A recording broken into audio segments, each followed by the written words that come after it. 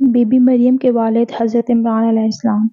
السلام علیکم، بسم اللہ الرحمن الرحیم۔ دوستوں، آج ہم جس مزار کی زیارت کر رہے ہیں وہ ہے حضرت عمران علیہ السلام۔ قرآن مجید میں ایک پورا سورہ آل عمران آپ کے نام سے موجود ہے۔ آپ بی بی مریم کے والد اور حضرت عیسیٰ علیہ السلام کے نانا جان ہیں۔ آپ کا شمار بنی اسرائیل کے انبیاء کرام میں ہوتا ہے۔ آپ اللہ کی برگزیدہ ہستی اور انبیاء کے خاندان سے اور حضرت سلیمان علیہ السلام کی اولاد سے ہیں۔ اصل جگہ کی معلومات نہ ہونے کی وجہ سے قبر مبارک اس لیے لمبی ہے اور بعض لوگ کہتے ہیں کہ آپ کا قد اتنا لمبا تھا۔ آپ کا مزار سلالہ عمان میں موجود ہے۔ آپ کی حیات زندگی کے بارے میں مزید معلومات کے لیے میری ویڈیو کو پورا دیکھیے گا۔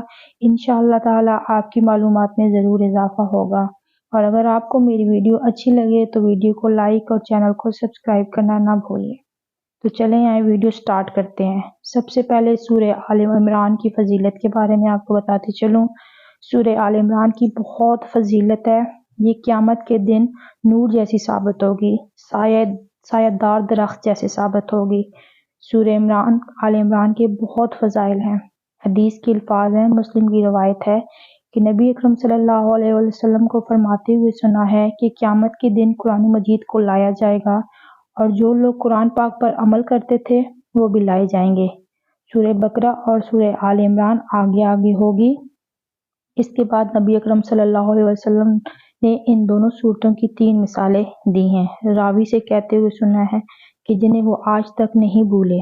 وہ دونوں صورتیں بادل کے ٹکڑوں کی طرح ہوں گی، 2 کالے رنگ کی چھتریاں ہوں گی جن میں روشنی چمک رہی ہوگی، اور وہ 2 قطاریں پرندوں کی ہوں گی، اور وہ اپنے صاحب کی طرف جھگڑیں گی، مطلب وہ اس کے پڑھنے والوں کے لیے جھگڑا کریں گی۔ تو دوستوں، یہ دونوں صورتیں بہت اہم ہیں، سورہ بقرہ اور سورہ آل عمران۔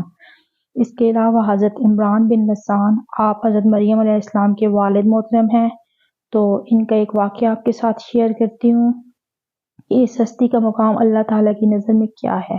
ایک روایت سے ملتا ہے کہ بنی اسرائیل کی ایک عورت تھی جس کا نام حضرت حنہ تھا، اور حضرت حنہ کے شوہر کا نام حضرت عمران بن حسان، جو کہ پاک پیغمبر ہیں اللہ پاک کے۔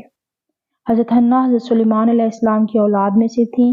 آپ کی اور آپ کی بیوی کی عمر بہت زیادہ ہو چکی تھی اور آپ کے ہاں اولاد نہیں تھی۔ تو حضرت حنہ نے بیت المقدس میں جا کر عبادت شروع کی اور اللہ تعالیٰ کے ہاں التماس کی کہ اے میرے مالک، تو مجھے اولاد عطا کر دے، وہ میں تیری بیت المقدس، تیرے گھر کی خدمت کے لیے وقف کر دوں گی۔ تو اللہ تعالیٰ نے آپ کی دعا کو قبول فرمایا اور آپ کو اولاد کی نوید دے دی۔ تو اس دور میں ایسا ہوا کرتا تھا کہ جو بھی بیت المقدس میں جا کر دعا مانگا کرتا تو اللہ تعالیٰ اسے بیٹے کی نعمت سے نوازتا۔ لیکن اس بار اللہ تعالیٰ کی حکمت کہ اللہ تعالیٰ نے آپ کو بیٹے سے نہیں بیٹی سے نوازا۔ جب آپ کے ہاں بیٹی کی ولادت ہوئی تو حضرت حنہ بہت پریشان ہو گئی، وہ اس لیے کہ یہ تو بیٹی ہے، وہاں بہت سارے لڑکے ہیں، تو اس کو میں بیت المقدس میں کیسے وقف کر دوں؟ تو وقت کے ساتھ ساتھ ان کی عمر گزری اور ان کو وہاں وقف کرنے کا وقت آیا۔ تو دوستوں، جس کو وقف کیا جاتا تھا اس کے لیے علیحدہ حجرہ بنا دیا جاتا، وہ وہیں پر عبادت کرتا اور بیت المقدس کی خدمت کرتا۔ ادھر ایک ایسا اور بھی قانون تھا کہ آپ کو جسے بیت المقدس کے لیے وقف کیا جاتا تو اسے کسی کی کفالت میں دینا پڑتا۔ تو جب کفالت میں دینے کا وقت آیا تو ادھر کے جتنے قبائل والے تھے سب آگے آگے آ گئے، وہاں کے جتنے خدمت گزار تھے وہ بھی سب آگے آ گئے کہ ان کی کفالت ہم کریں گے، یہ پاک گھرانے کی پاک عورت ہے۔ سب نے کہا کہ کفالت ہم ہی کریں گے۔ تو پھر قرآن اندازی ہوئی، اس میں نام حضرت زکریا علیہ السلام کا نکل آیا۔ حضرت زکریا علیہ السلام کی عمر اس وقت 120 سال تھی اور آپ کی بیوی کی عمر تقریباً 99 ایئرز یعنی 99 سال تھی۔ تو حضرت مریم علیہ السلام کو آپ کی کفالت میں دے دیا گیا، اور روایتوں میں یہ بھی ملتا ہے کہ حضرت زکریا علیہ السلام حضرت مریم علیہ السلام کے خالو بھی تھے۔ حضرت نبی عمران علیہ السلام کی شان اللہ تعالیٰ کے یہاں یہ بھی ہے کہ اللہ تعالیٰ نے آپ کو اتنی عظیم، اتنی پیاری، اتنی شانوں والی بیٹی حضرت مریم علیہ السلام سے نوازا، سبحان اللہ۔ اور حضرت مریم علیہ السلام کی کفالت کا موقع حضرت زکریا علیہ السلام کو مل گیا۔ آپ نے ان کو ایک حجرہ وقف کیا بیت المقدس میں، اور آپ ان کو حجرے میں ہی کھانا دیتے، وہ وہیں پر عبادت کرتی تھی۔ اس کے علاوہ ایک اور بہت پیارا واقعہ ہے جو آپ کے ایمان کو تر و تازہ کر دے گا اور آپ کو وہ سن کر بہت اچھا محسوس ہوگا۔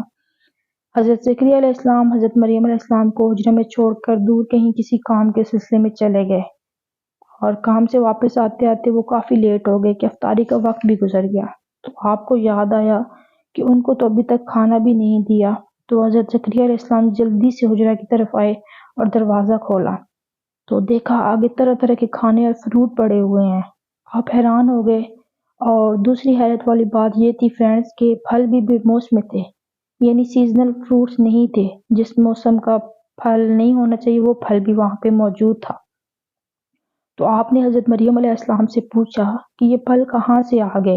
نہ کوئی کھڑکی ہے نہ دروازہ ہے، کچھ بھی نہیں۔ تو حضرت مریم علیہ السلام نے فرمایا کہ یہ اللہ تعالیٰ کا کرم ہے، وہ جسے چاہے جہاں سے نواز دے، جتنا مرضی عطا کر دے۔ تو حضرت زکریا علیہ السلام کے ہاں بھی اولاد نہیں تھی، کیونکہ ان کی عمر 120 برس، ان کی بیوی کی 99 ایئرس تھی۔ تو انہوں نے دیکھا کہ جب اللہ تعالیٰ بے موسم پھل عطا کر سکتا ہے، تو آپ نے اللہ تعالیٰ سے دعا کی کہ اے میرے مالک، تو اپنی اس ولیہ کو بے موسم پھل دے سکتا ہے تو مجھے بے موسم اولاد کیوں نہیں؟ تو اللہ تعالیٰ نے ان کی برکت سے اس دعا کو قبول کیا، اور حضرت زکریا علیہ السلام کے ہاں حضرت عیسیٰ علیہ السلام جیسے پاک پیغمبر کو عطا کیا۔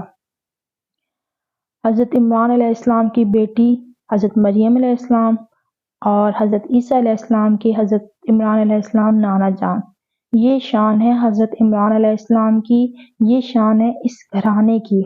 میں امید کرتی ہوں میری آج کی ویڈیو آپ کو پسند آئی ہوگی، اور آخر میں جو کچھ میں نے بتایا اس میں اللہ تعالیٰ میری غلطیوں کو معاف فرمائے، اللہ تعالیٰ میری اور آپ سب کی دعاؤں کو قبول فرمائے، اور جس کو جو پریشانی اور مشکلات ہیں اللہ پاک آپ سب کی پریشانی اور مشکلات کو دور فرمائے۔